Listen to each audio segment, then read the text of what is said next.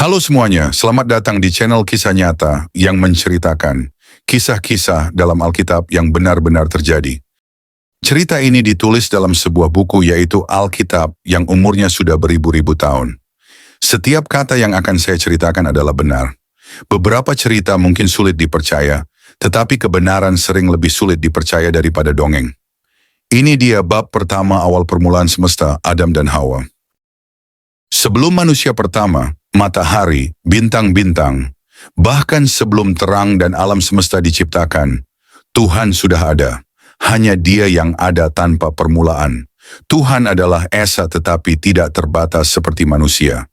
Tuhan tidak kesepian. Dia berkomunikasi dengan dirinya sendiri dalam keharmonisan. Untuk kemuliaannya, Dia menciptakan alam semesta dan seisinya. Alkitab memberitahu kita bahwa Tuhan menciptakan bermacam-macam malaikat untuk memuji Dia di sekeliling Takitania. Tetapi salah satu dari mereka yang bernama Lucifer memimpin sepertiga dari malaikat-malaikat itu untuk memberontak kepada Tuhan. Tuhan melemparkan mereka dari surga dan nama Lucifer diganti menjadi setan atau iblis. Tetapi cerita ini bukan tentang malaikat-malaikat yang memberontak. Cerita ini tentang interaksi Tuhan dengan manusia. Pada permulaan alam semesta, Tuhan menciptakan langit dan bumi. Pada waktu itu, bumi tidak teratur dan tidak ada apa-apa dan roh Allah melayang-layang di atas permukaan air. Kemudian Tuhan berbicara, jadilah terang, dan sejak peristiwa itu ada waktu. Penciptaan alam semesta ini tidak seperti yang dipercayai banyak orang pada masa kini. Sang Khalik tidak menggunakan cara evolusi. Dia menciptakan segala sesuatu hanya dengan berbicara. Dalam 6 kali 24 jam, yaitu 6 hari, Tuhan menciptakan segala sesuatu, termasuk tanaman dan binatang untuk mendiami bumi. Pada hari ke-6 Tuhan menciptakan makhluk yang berbeda dari yang lain, dari debu tanah.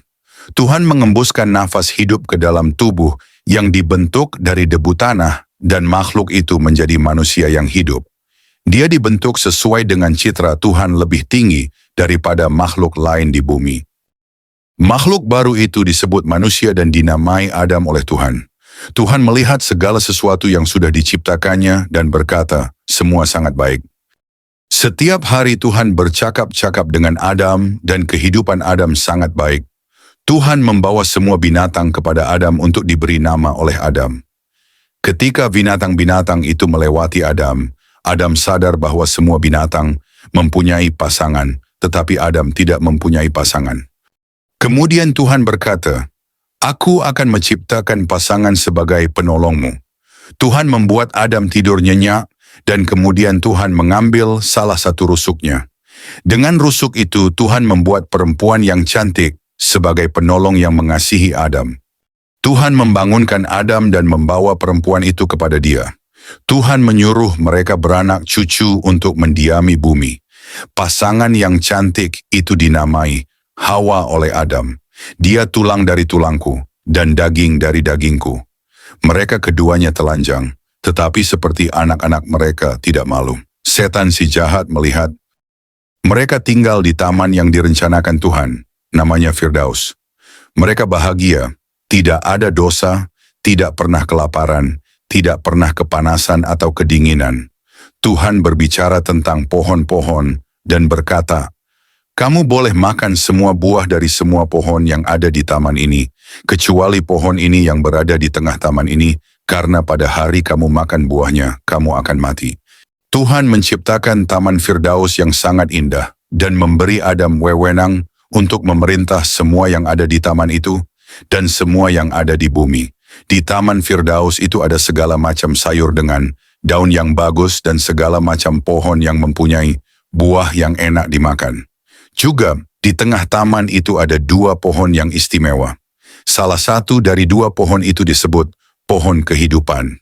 Tuhan membolehkan Adam untuk makan buah dari pohon itu kapan saja, dan kalau Adam makan buah itu, dia tidak pernah akan menjadi tua atau sakit atau mati.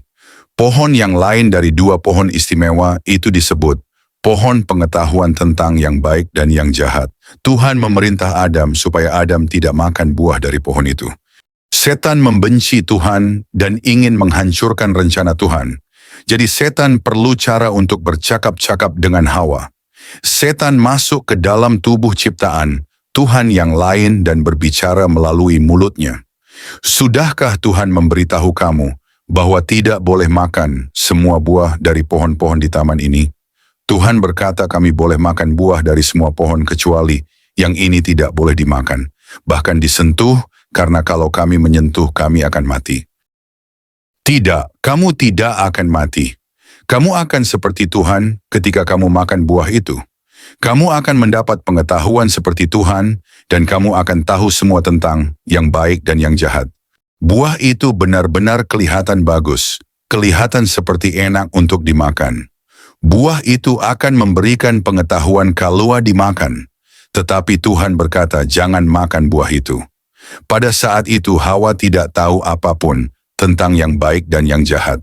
Hawa tidak mematuhi perintah Tuhan, dia makan buah itu. Sudah terlambat, Hawa sadar dia sudah tertipu. Buah itu menyebabkan dia mengerti yang baik dan yang jahat, tetapi kejahatanlah yang sekarang mengendalikan Hawa. Hawa membawa buah itu kepada Adam dan membujuk dia untuk makan. Lihat, aku tidak mati, makanlah supaya kamu mengerti juga. Mereka mendapat pengertian tentang yang baik dan yang jahat dan menjadi malu karena telanjang. Apa yang sudah kita lakukan? Hahaha, Tuhan akan membunuh kamu. Lihat apa yang sudah dilakukan Tuhan kepadaku. Kita tidak mematuhi perintah Tuhan. Tuhan akan datang segera. Kita harus menutupi ketelanjangan kita. Adam, di mana kamu? Suaramu kudengar dan aku takut karena aku telanjang. Siapa memberitahu kamu bahwa kamu telanjang? Arahkan kamu sudah makan buah yang terlarang itu. Perempuan yang Tuhan berikan kepadaku, memberikan buah itu kepadaku. Aku ditipu oleh binatang itu. Dia berkata bahwa aku tidak akan mati, bahkan aku akan menjadi seperti Tuhan, tetapi aku tidak seperti Tuhan sekarang. Sesungguhnya aku sangat menyesal. Kemudian Tuhan mengutuk binatang itu dan berkata kepadanya, Aku akan membuat kamu dan keturunan perempuan itu menjadi musuh. Kamu akan melukai tumit keturunan perempuan itu, tetapi keturunan perempuan itu akan melukai kepalamu. Karena kamu sudah melakukan hal ini, aku akan mengutuk kamu untuk menjalar dengan perutmu, dan debu tanah akan termakan olehmu seumur hidupmu. Pernyataan ini adalah nubuat bahwa akan ada peperangan pada masa depan. Mansanya akan datang ketika keturunan perempuan itu akan mengalahkan setan. Keturunan perempuan itu akan menebus manusia kembali kepada Tuhan dan menyelamatkan manusia dari hukuman mati karena kutukan dosa dan kematian. Tuhan bisa langsung memusnahkan Lucifer dan semua malaikat pada saat mereka memberontak. Tetapi Tuhan membiarkan mereka hidup sebagai ujian untuk manusia.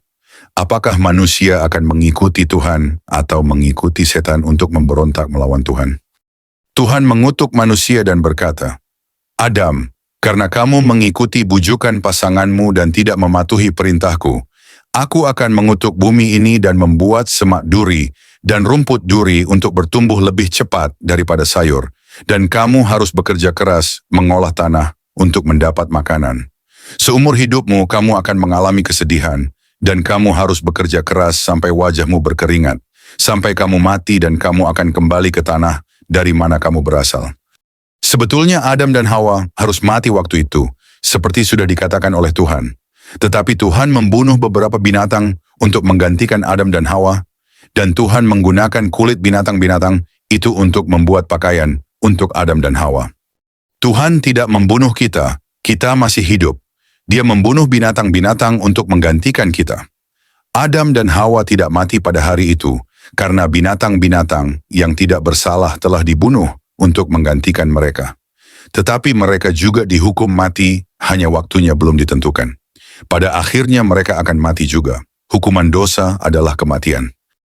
Karena Adam dan Hawa berdosa, Tuhan mengusir mereka dari Taman Firdaus, supaya mereka tidak bisa makan buah dari pohon kehidupan dan hidup selama-lamanya.